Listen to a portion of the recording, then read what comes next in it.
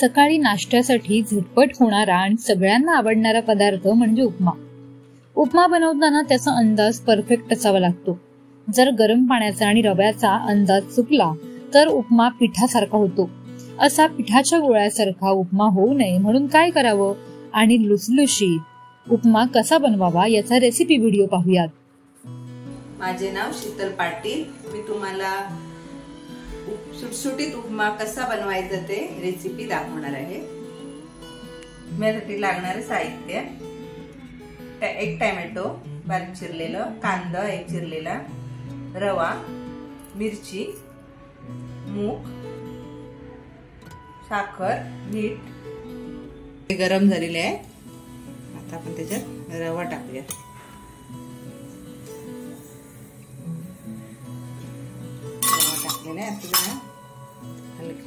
हलकं भाजूया।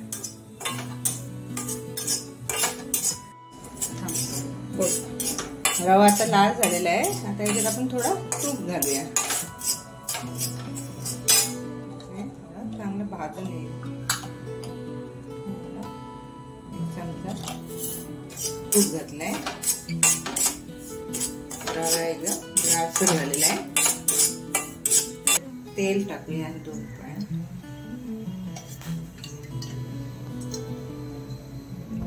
तेल टाकलं, हे गरम होईल। गरम झालंच आहे। कांदा टाकूया, चिरलेला बारीक चिरलेला कांदा टाकूया।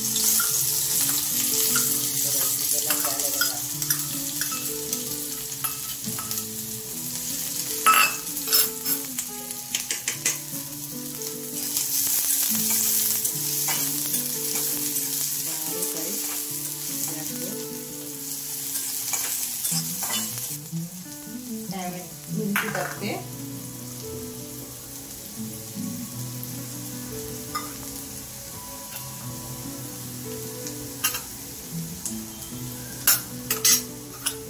मूग टाकते। हे केलेले भिजवलेले मूग आहे ते टाकते। त्याच्याने चविष्ट उपमा लागतो।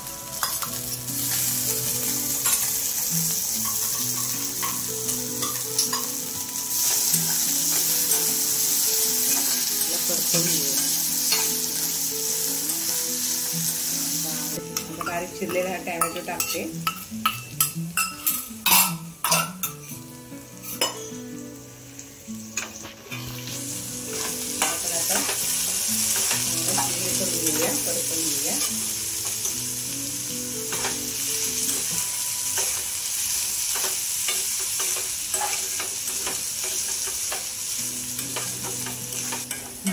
आता आपण एकत्र सगळं मिक्स करून घेतलेलं आहे। रवा बंद झालेला आहे ना,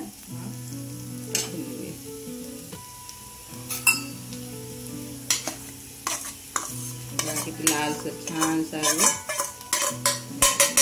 लालसर रवा त्याला पुन्हा मिक्स करायचं सगळं। थोडी साखर टाकायची, साखर।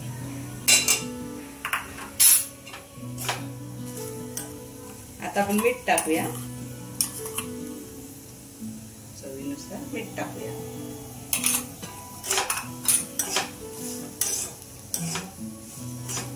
हे गरम पाणी केलेलं आहे ना, हे रव्यामध्ये ओतूया। बारीक गॅसवर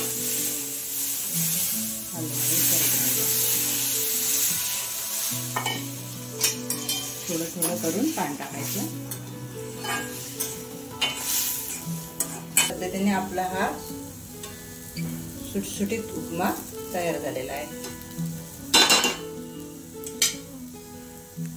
अशा पद्धतीने आपला हा सुटसुटीत उपमा तयार झालेला आहे। तुम्ही नाश्त्यासाठी खाऊ शकता। तर अशा पद्धतीने आपला झटपट आणि लुसलुशीत उपमा तयार आहे। तुम्हीही पटकन तुमच्या घरी हा बनवू शकता। साक्षी पाटील, लोकल 18, ठाणे।